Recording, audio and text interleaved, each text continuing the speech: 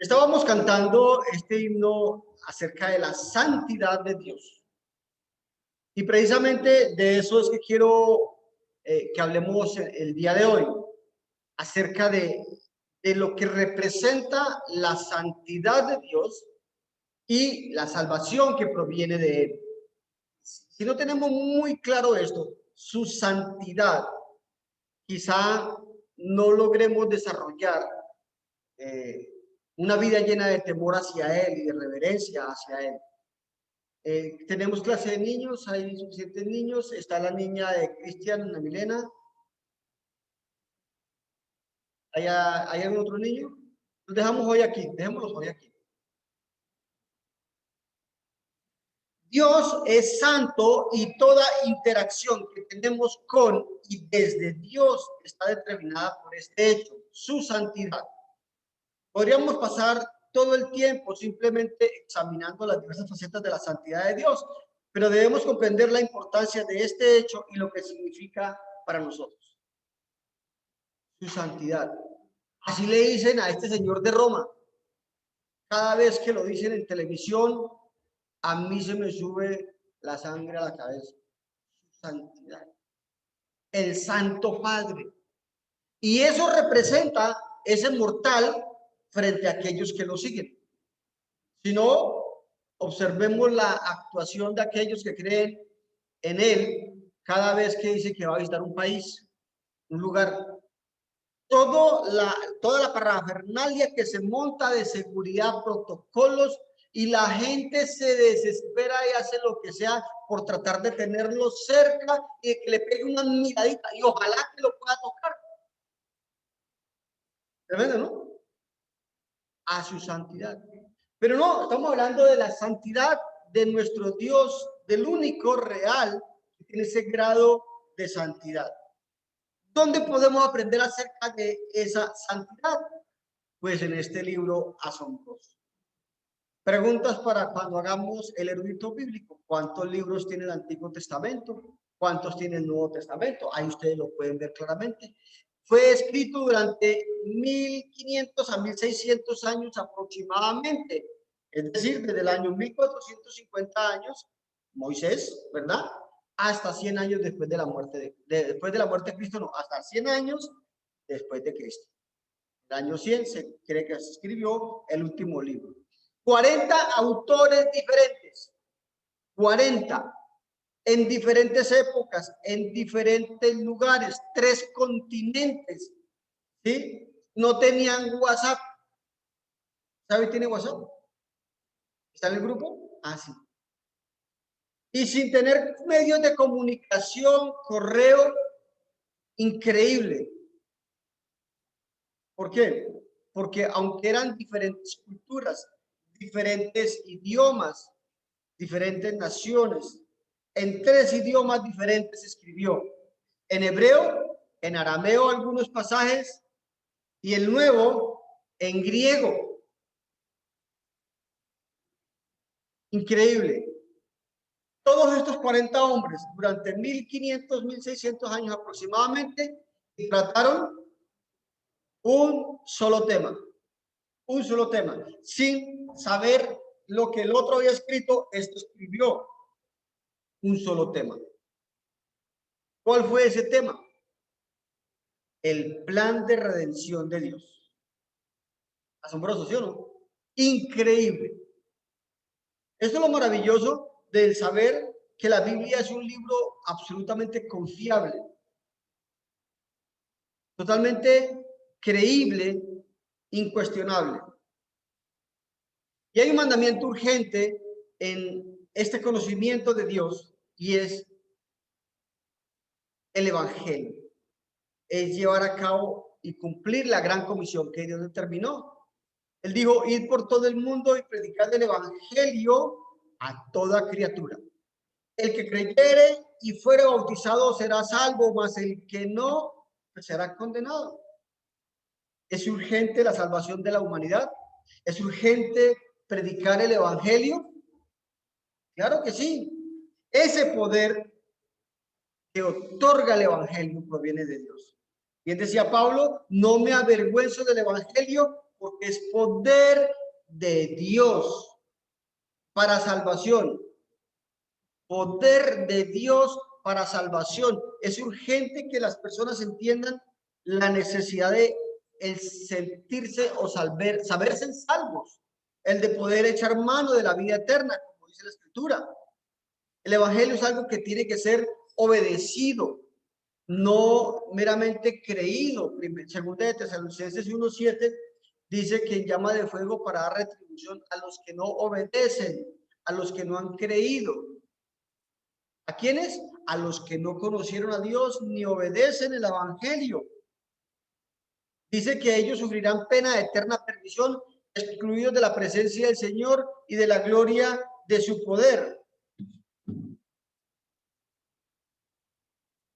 Hay que obedecerlo. La gente y gran parte de la humanidad cree en el Evangelio, ¿sí o no? Y sabemos porque dicen o invocan a Cristo. Dicen tener a Cristo en su corazón. Saben que murió por el pecado de los hombres, pero hasta ahí está bien. Hasta ahí llegan. No obedecen el Evangelio. Y vemos que la advertencia es el castigo de la llama de fuego a los que no obedecen este Evangelio, el poder de Dios para salvación. Ahora, hay una advertencia seria respecto al tema del Evangelio. No cualquier Evangelio. Bien decía Pablo en Gálatas 1:6, estoy sorprendido o maravillado de que tan pronto os hayáis alejado del que os llamó por la gracia de Cristo para seguir un evangelio diferente. Estamos hablando del evangelio, es lo importante, pero cuando se habla de un evangelio diferente, ¿sí? Aunque no hay otro, sino que hay algunos que los perturban y quieren pervertir el evangelio de Cristo. ¿Cómo se le dice a alguien que pervierte el evangelio de Cristo? Pervertido, torcido. Por eso cuando en el programa de radio decimos que hay torcidos, yo, ay, usted como usted grosero, hermanos, Orlando y a este servidor, que nosotros hablamos duro contra la gente que habla de otro evangelio, que son torcidos, son pervertidos, porque cuando se predica un evangelio diferente, un evangelio que no cree en la Trinidad, es un evangelio diferente. Un evangelio que no cree que Jesucristo es Dios, como los testigos de Jehová, es un evangelio pervertido, elemental. Un evangelio que predica algo distinto a lo que vino a predicar Jesús. Es un evangelio diferente. Han pervertido el evangelio de Cristo. Y es una advertencia. Sí, el evangelio es la base de nuestra fe. Es lo que está entre Dios y nosotros. La única manera que nos permite llegar a Él. Saltar la barda del pecado. Mas si aún nosotros o un ángel del cielo os anunciare otro evangelio diferente del que os hemos anunciado, sea que anatema. Esta palabra anatema significa maldito. Mándale un mensaje a Oscar, que está pidiendo el link, que se lo pida a Orlando. Peligroso, hermanos, creer en Cristo, pero no en el otro Cristo. Es peligroso creer en un evangelio si ese evangelio no es el evangelio de nuestro Señor Jesucristo. Es que si no hubiesen tantos textos que advierten acerca de el extraviarnos de la verdad, no dice irnos al pecado, no. Bueno, también es pecado extraviarnos de la verdad. Pues ¿para qué entonces tantos textos? Cualquier desviación del único evangelio será un evangelio diferente. Con toda seguridad, hermanos.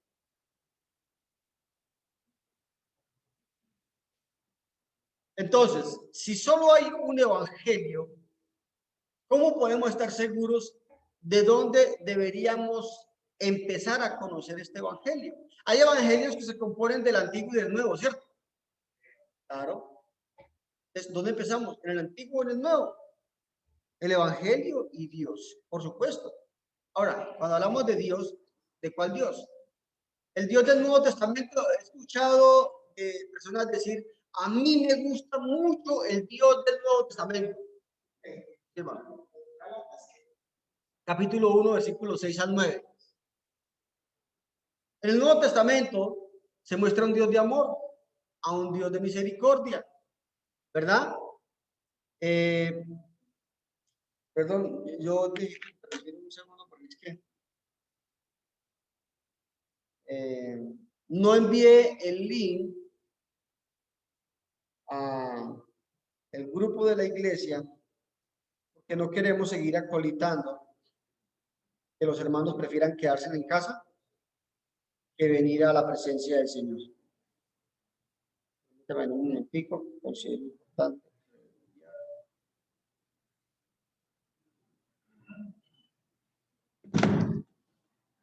Listo, el Dios del Nuevo Testamento es diferente acaso al Dios del Antiguo Testamento, donde vemos guerras, donde vemos castigo, donde vemos sangre, donde vemos muerte, sacrificios, holocaustos. Algunos dicen que es diferente Dios, que es un Dios completamente distinto, pero realmente no lo es. El Dios del Antiguo Testamento es un Dios que actuó de manera directa con un pueblo llamado Israel, actuó de manera directa con una nación, con unos hijos, sus hijos, y que los tuvo que castigar de una manera como cuando nosotros criamos a nuestros hijos y que de niños debemos disciplinarlos, pero llega un momento en donde llega el grado de madurez donde ya uno no los castiga como los castigaba cuando estaban niños. Fue como una relación de Dios con ese pueblo y que queda registrado en las escrituras para que nosotros aprendamos de cómo Dios actuó con ellos. Romanos 15:4 dice, porque las cosas que se escribieron antes para nuestra enseñanza se escribieron. Es decir, para que aprendamos en zapatos ajenos. Pero el Dios es el mismo Dios. Santiago 1:17 dice que toda buena dádiva y todo don perfecto viene de lo alto. Desciende del Padre de las luces, con el cual no hay cambio ni sombra de variación. Ese es el mismo Dios. Solamente que actúa hoy día de manera diferente a como él actuó con la nación de Israel, de una manera distinta. Pero es el mismo Dios. Por eso cuando nosotros estudiamos el Antiguo Testamento, podemos comprender el carácter de Dios, el celo de Dios, cómo Dios se manifestó. Solo que ahora está así. Ahí está ya todo escrito, ya está todo revelado, está el ejemplo de cómo actuó con los israelitas. Ahora, a través de mi hijo, que es el padre, ¿ves? Les he dejado toda la enseñanza que ustedes deben aprender, si es que quieren estar conmigo, si es que quieren, porque él no obliga a nadie. Pero es el mismo Dios. Dios es santo. Por eso cantábamos ahora este himno. Santo, santo, santo, Señor omnipotente. La santidad de Dios lo llena todo. Pónganle cuidado, por favor, a este corto video.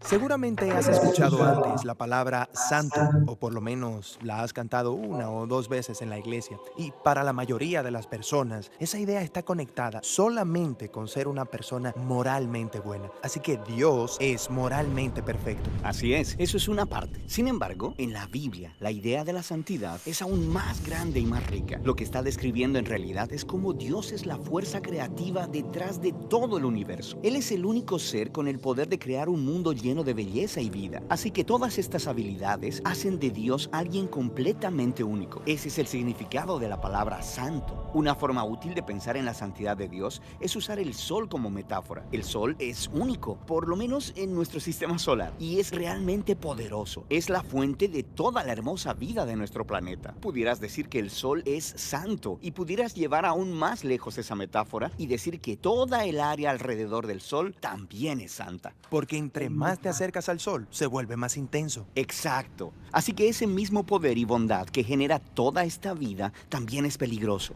Me refiero a que el sol, si te acercas demasiado, te aniquilará. Y de la misma forma, existe una paradoja en el centro mismo de la santidad de Dios. Porque si eres impuro, su presencia es peligrosa para ti. Y no porque sea mala, sino porque es demasiado buena. Y la primera vez que vemos esta paradoja de la santidad de Dios es en la historia de Moisés y la zarza ardiente. Es aquí donde Dios le dice a Moisés que se quite sus sandalias porque está parado en tierra santa. Moisés cubre su rostro con temor y Dios le dice, no te acerques más.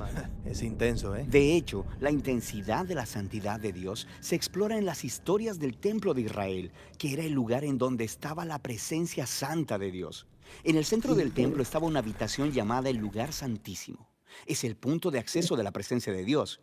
Y ya seas un israelita viviendo en la tierra alrededor del templo o un sacerdote trabajando dentro del templo, estás cerca de la presencia de Dios, lo que es peligroso. Sí, eso es un problema. Pero ¿cómo se supone que funciona? Bueno, en la Biblia la solución es que tienes que purificarte. Así que es como ser moralmente puro. Sí, y eso es fácil de entender, pero la Biblia pasa mucho tiempo hablando sobre otra clase de pureza, el ser ritualmente puro. Este es un estado en el que te separas de cualquier cosa relacionada con la muerte, como tocar cosas como la piel enferma o incluso algunos fluidos corporales. Todas estas cosas te hacen impuro y hacerte ritualmente impuro no es necesariamente pecaminoso. Lo que es pecaminoso es entrar en la presencia de Dios cuando estás en un estado impuro. Esa es la razón por la que Dios le dio a los israelitas instrucciones muy claras para saber purificarse para que pudieran entrar al templo otra vez. De eso se trata el libro de Levítico. Cierto, pero no acaba ahí. Esta idea sigue desarrollándose, así que luego en las escrituras encontramos una historia muy interesante de un profeta llamado Isaías. Él tiene una extraña visión en la que se encuentra en el templo y está justo en la presencia de Dios. Él está aterrado. Él conoce las reglas. Él no debería estar ahí. Él tiene miedo de ser destruido. Y luego está esta extraña criatura llamada Serafín. Bastante extraña. Totalmente. Así que vuela con un carbón encendido y sella los labios de Isaías con el carbón. Y dice algo muy extraño. Es quitada tu iniquidad y perdonado tu pecado. Entonces, ese carbón encendido purifica a Isaías de alguna manera. Así es. Y es sorprendente. Porque normalmente si tocas algo impuro, eso te transmite su impureza. Pero ahora tenemos una nueva idea de que tienes un carbón, un objeto muy puro y santo. Y eso tocó a Isaías y le transmitió su pureza.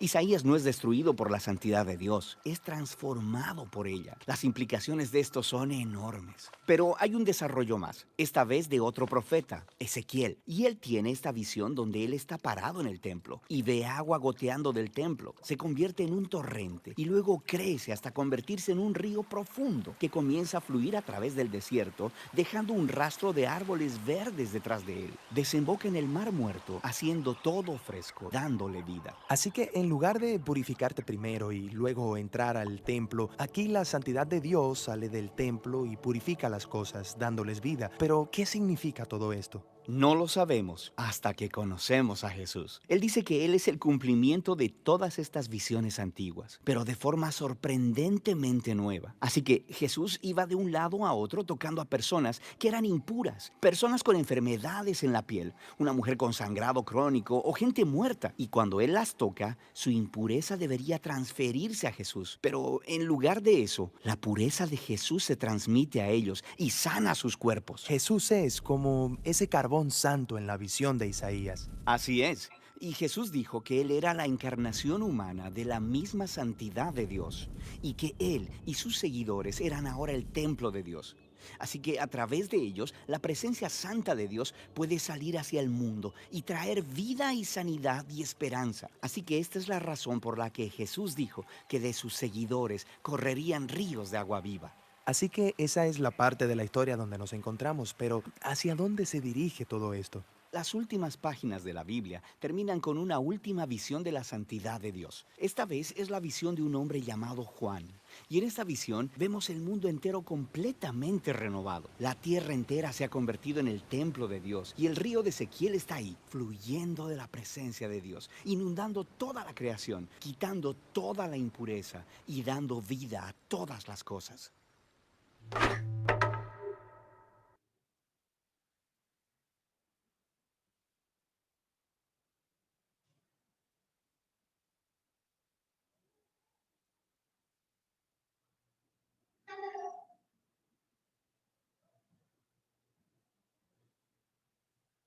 Así o más clarito.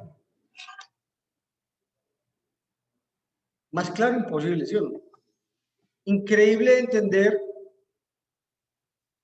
cómo es la santidad de Dios y cómo debería ser la santidad de nosotros saliendo del templo hacia el mundo. Porque eso es exactamente lo que nosotros hacemos cuando hacemos uso del evangelio.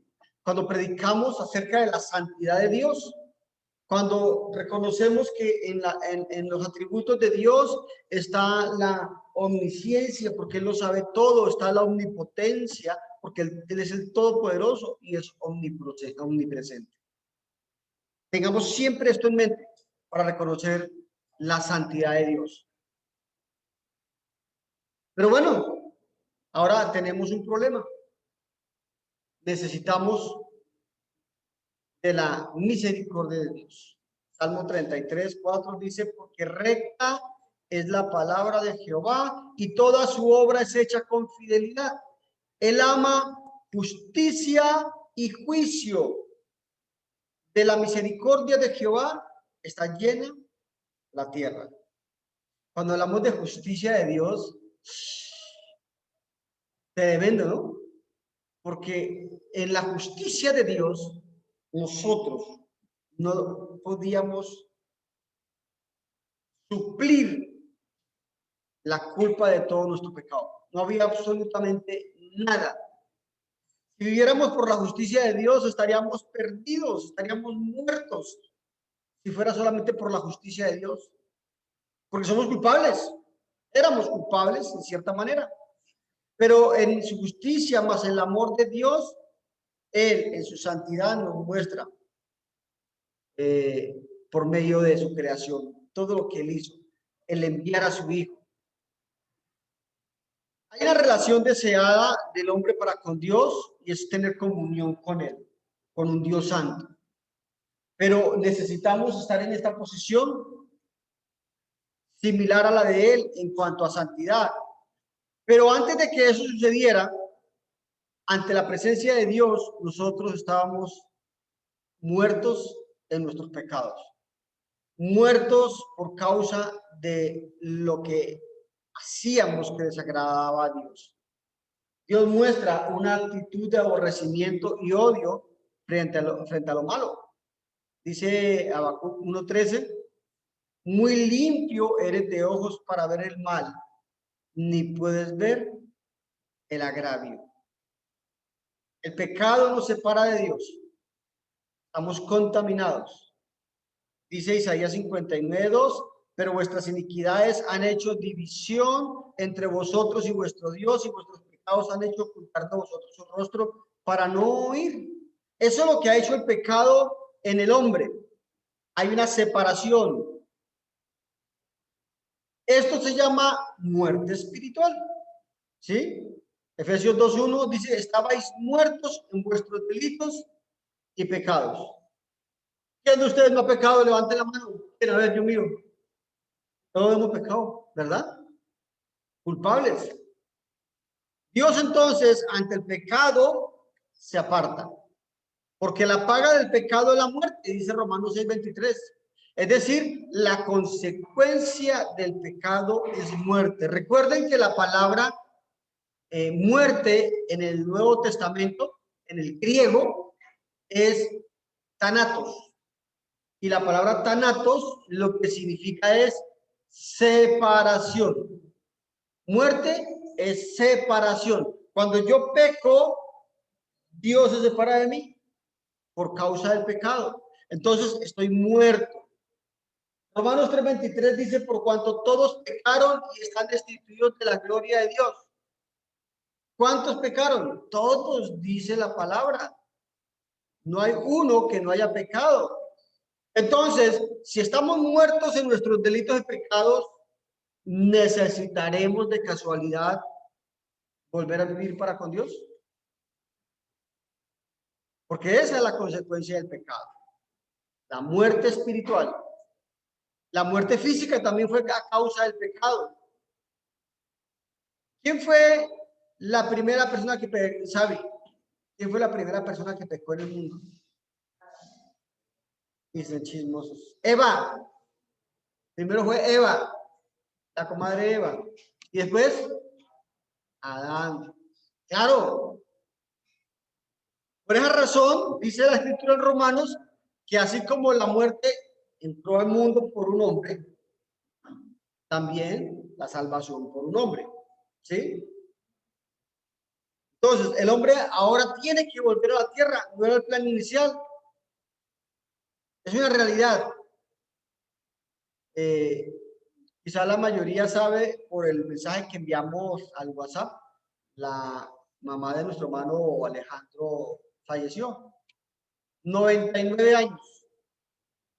99, por poquito llega a los 100. Y de los 99 duró como, ¿cuántos se enferma? Muchos años. Postrada en una cama. Señora, increíble cómo duró.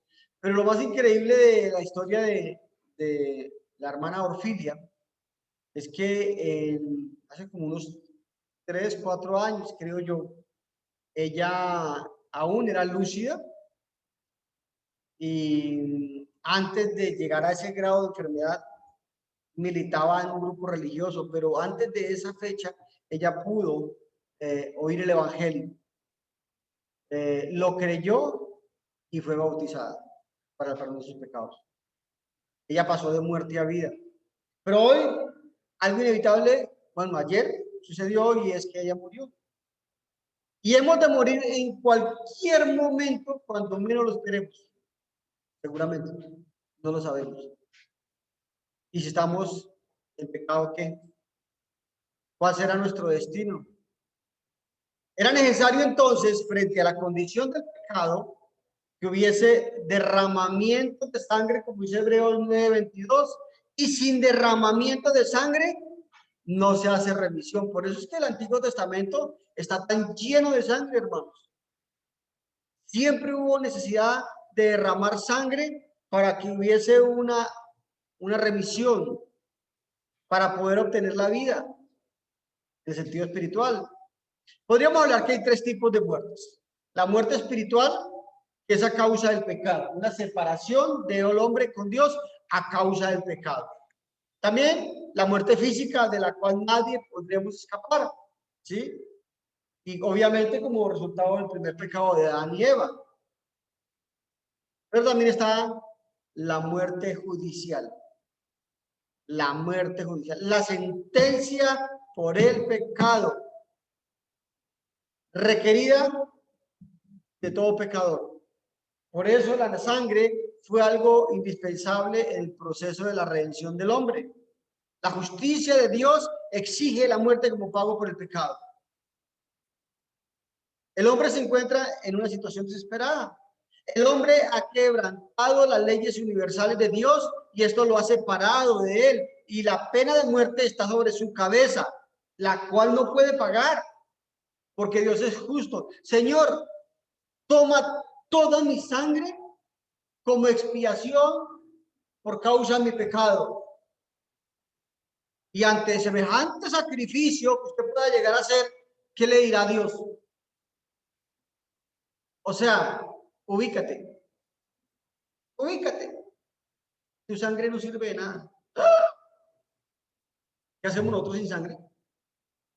Dios va a decir, tu sangre no sirve de nada. Tu sangre es insignificante para Él. Porque ninguna sangre de ningún hombre ni de ningún animal podía satisfacer la justicia de Dios. Era necesaria de una sangre diferente.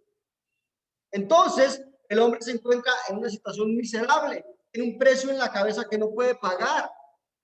¿Hay alguna esperanza? ¿Cuál es el remedio? Pues bueno, el amor de Dios proporciona la manera de pagar el precio. Y ahí es donde entra la gracia. Pregunta para el erudito bíblico. Cristian, ¿qué es la gracia?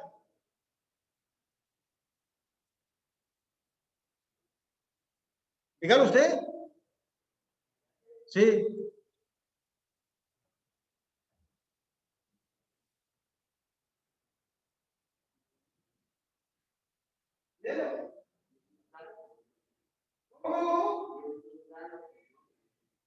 ¿Qué es lo que no merecemos?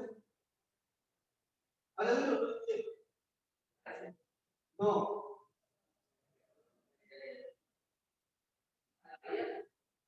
¿Qué merecemos?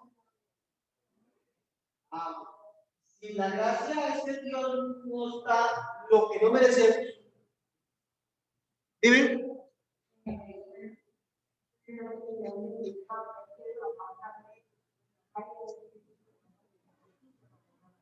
No te hagas pensar que era mucho.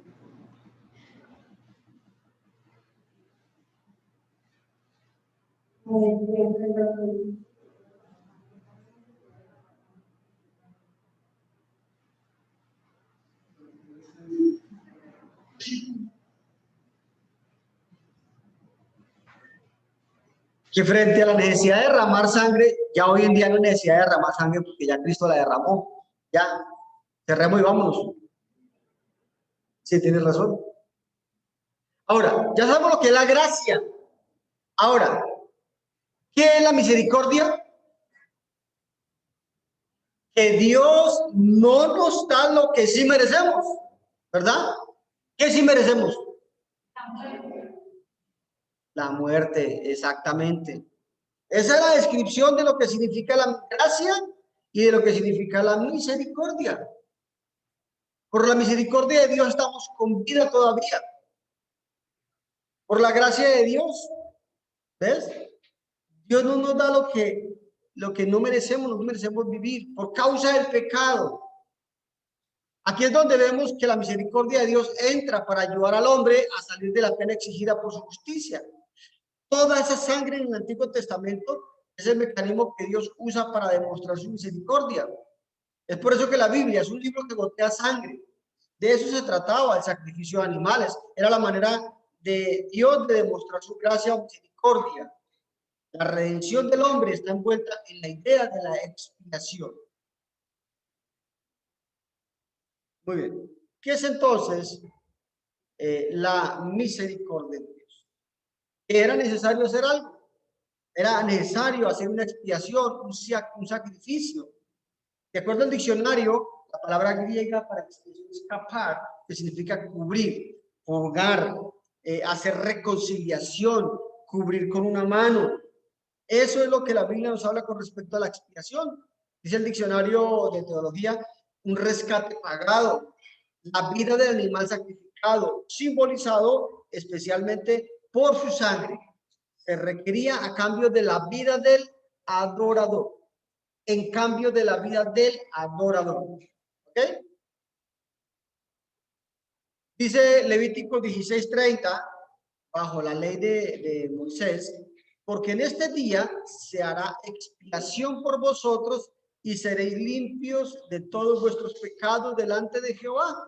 Para tal fin debían sacrificar, deberían hacer un sacrificio. Y estamos hablando del Antiguo Testamento, de la manera como Dios determinó a los hijos de Dios en ese momento, los israelitas, para poder entrar en una relación con ellos, en una relación de santificación, en una relación de reconciliación. Dice la palabra, porque Levítico 17:11, porque la vida de la carne en la sangre está, y yo la he dado para hacer expiación sobre el altar por vuestras almas, y la misma sangre hará expiación de la persona. Esto era únicamente para aplacar la ira de Dios a causa del pecado, porque ni aún, como leímos ahora en Hebreos, ni aún la sangre de los toros o de los machos cabríos podría reconciliarnos con Dios. La sangre representa la vida. Una vida inocente expía al pecador. La vida del inocente representa una vida del culpable, en este caso el animalito, ¿cierto?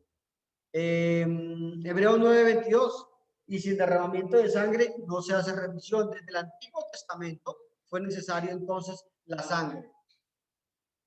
La sangre es vida, tiene que ser expiación, es decir, la muerte judicial, el juicio. Esto resulta en ¿qué? En santificación. Los pecados son quitados, se es hecho santo. Eso resulta en justificación. La sanción es quitada. Esto resulta en reconciliación. Se restaura la relación con un Dios santo. Miren cómo este proceso. Esto es algo demasiado desglosado para poderlo imaginar, hermanos. El hombre ignora como este proceso y el hombre religioso en algunos casos escucha que Cristo murió por nuestros pecados, que Cristo es santo, que Dios es santo, que yo soy culpable, mis pecados, me voy para el infierno. Y entonces pase acá al frente, levante su mano y repita conmigo: Señor, te recibo como mi Señor y Salvador personal. Y ya, suficiente, ya ahora se convirtió en hijo de Dios. No, tiene que tener claro cómo es el proceso de la reconciliación con Dios. ¿Qué fue lo que pasó estando usted aquí muerto por sus pecados, muerto por sus delitos? Necesita de una reconciliación para ser santo. Por eso la Biblia llama a los cristianos, a aquellos que se han convertido, aquellos que han pasado de las tinieblas al reino de Cristo, a la luz admirable, aquellos que han muerto con Cristo en el bautismo, los llama santos. Santos quiere decir apartado. Es como cuando las señoras cogen la ropa del marido que viene llena de grasa, llena de mugre, y coge antes de meterla a la lavadora, si es que tiene lavadora, y se concentra en donde está la ropa sucia, la restriega, le echa el detergente adecuado, lo deja en remojo. Es algo que necesita de que se haga a conciencia, porque quiere que le quede limpio. Y luego llega y lo lava, lo mete a la lavadora, pero sabe que está haciendo el proceso correcto. Esto no es un acto de coger, como hacen algunos, mete a la lavadora, jaboncito, detergente y ya sale la ropa percudida. No queda bien lavada. En la santificación implica un proceso de reconocimiento del proceso, del por qué, del para qué.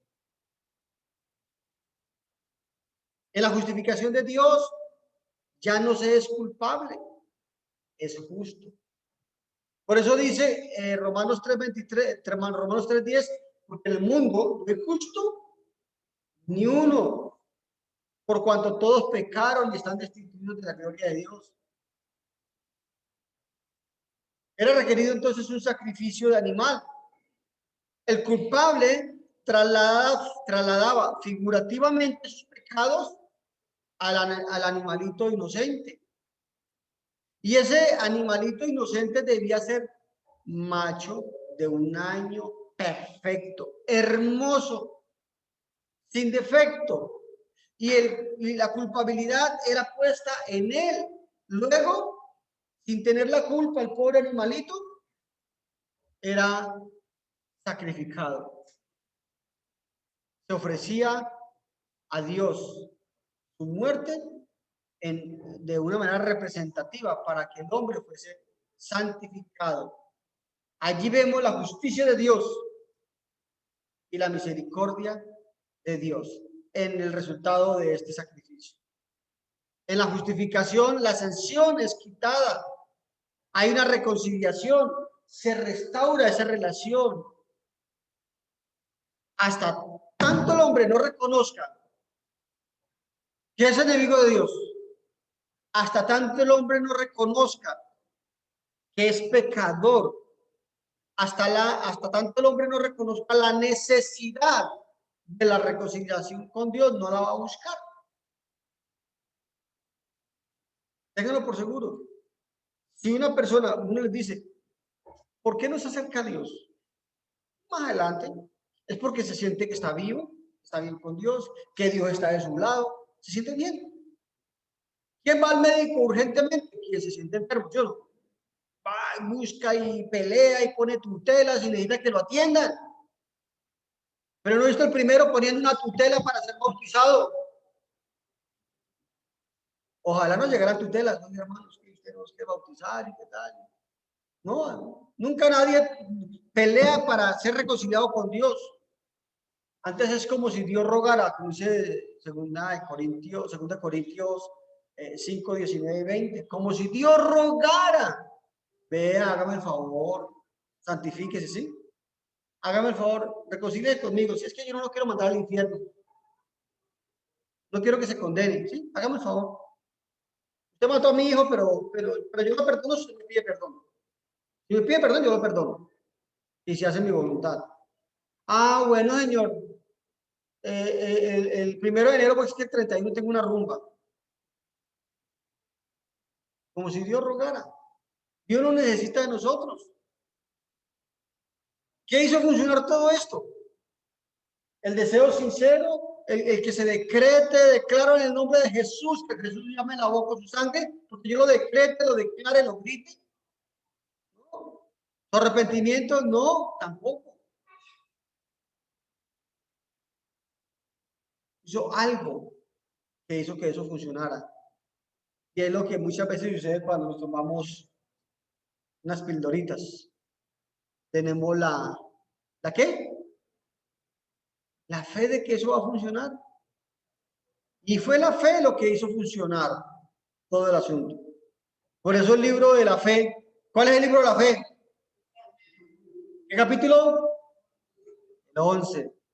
Dice, por la fe Abel ofreció, Noé preparó, Abraham obedeció, vivió, Sara concibió, Abraham ofreció, Isaac bendijo, los israelitas pasaron el mar rojo, Jericó fue conquistado. ¿Por qué razón?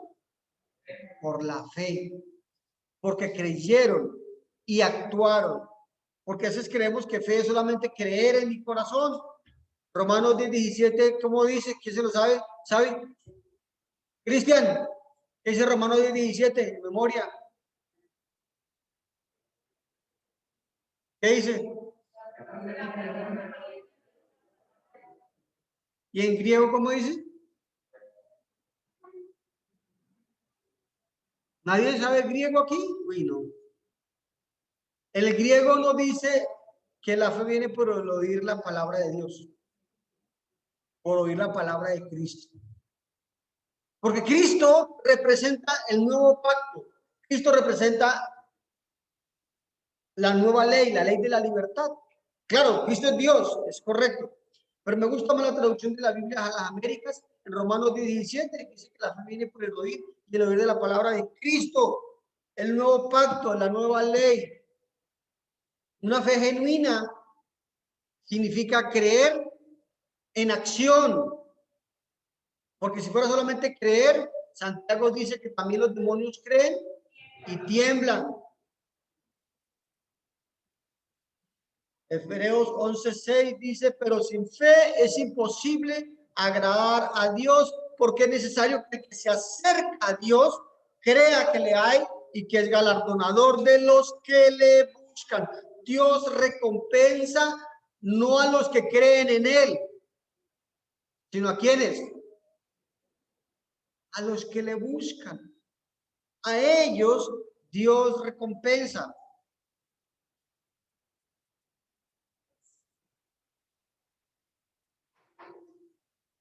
Acción basado en la creencia es una obediencia de corazón. Santiago 2:14 dice, ¿de qué sirve, hermanos míos, si alguno dice que tiene fe y no actúa? ¿Podrá la fe salvarle? ¿Creer solamente? No. Ese tipo de fe no salva, hermanos. Necesitamos actuar. Hay creyentes en el infierno, por decirlo de alguna manera, ¿no? No porque el infierno haya sido ya inaugurado. Necesitamos actuar, hermano, no solamente creer en él. El Cordero. Uy, vea esa niña cómo sabe leer de hermosa. El Cordero. He aquí el Cordero de Dios que quita el pecado del mundo. Un sacrificio a través de Cristo, quien llevó él mismo nuestros pecados en su cuerpo sobre el madero para que nosotros, estando muertos a los pecados, vivamos. En su muerte, Él nos justificó. En su muerte, Él nos santificó. Y también aquí hubo derramamiento de sangre, porque como vuelve y repite Hebreos 9:22, y sin derramamiento no se hace remisión de pecados.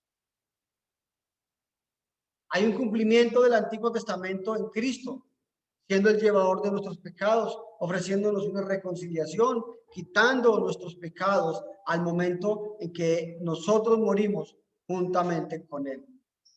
Un Dios que resucitó.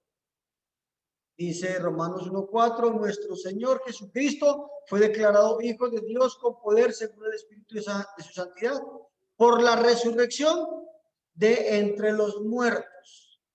Nuestro Cristo, nuestro Dios, es un Dios vivo. Hubo una muerte y hubo una sepultura, pero también hubo una resurrección. Y en ese mismo sentido, nosotros, quiero adelantar un poco, ya me quedan escasamente 5 minutos. Tenemos que morir así como Cristo. Nuestros pecados no pueden y no serán perdonados a menos que muramos con Cristo. Seamos unidos con Cristo en su muerte. Seamos crucificados con Cristo y seamos muertos para el pecado. Estos puntos están ligados con el tema de lo que hemos visto hoy. Porque si no hay derramamiento de sangre, la que hubo a través de Cristo, entonces no tendré reconciliación. ¿Cuándo? ¿Cómo? ¿En qué momento de mi fe muero al pecado? ¿En qué momento de mi fe muero con Cristo? ¿Cuándo me ve Dios unido con Cristo en su muerte o crucificado con Cristo? Porque eso es lo que Dios demanda. Romanos dice en el capítulo 6 que pues diremos, perseveraremos en el pecado para que la gracia abunde. En ninguna manera, porque los que hemos muerto al pecado, ¿cómo viviremos aún en él? ¿Cómo? Necesitamos morir al pecado, ¿sí? ¿En qué momento? Pues por supuesto, cuando somos bautizados en Cristo Jesús. Somos en ese momento bautizados en su muerte. Para entrar en Cristo tenemos que morir. Para resucitar y tener una nueva vida, tenemos que morir y resucitar. Dice el versículo 4 de Romanos 6, porque somos sepultados juntamente con él para muerte por el bautismo, a fin de que como Cristo resucitó de los muertos por la gloria del Padre, así también nosotros andemos en vida nueva. Hay un nuevo nacimiento. Segunda Corintios 5:17 nos dice, de manera que si alguno está en Cristo, nueva criatura es. Tenemos que estar unidos con Cristo en su muerte. Tenemos que morir con Cristo. Allí se obtiene la santificación. Los pecados son quitados y somos hechos santos, hermanos. ¿Qué haremos? Al oír, dice Hechos capítulo 2, los judíos se compusieron de corazón y preguntaron, ¿qué haremos? Hechos 2:38, Pedro les dijo, arrepentíos y bautícese cada uno de vosotros en el nombre de Jesucristo para perdón de los pecados y recibiréis el don del Espíritu Santo. Esta es la respuesta, hermanos, al Evangelio. Allí, que retomamos el texto inicial de Marcos 16, que el que creyere y fuere bautizado, es decir, que muera con Cristo, será salvo. Hoy es un buen día para morir, hermanos. ¿Quieren morir con Cristo? Háganlo saber y llenamos la tina para que usted pueda nacer de nuevo. Dios les bendiga y vamos a continuar con nuestro servicio a nuestro buen Dios, meditando en esto que hemos analizado hasta este momento.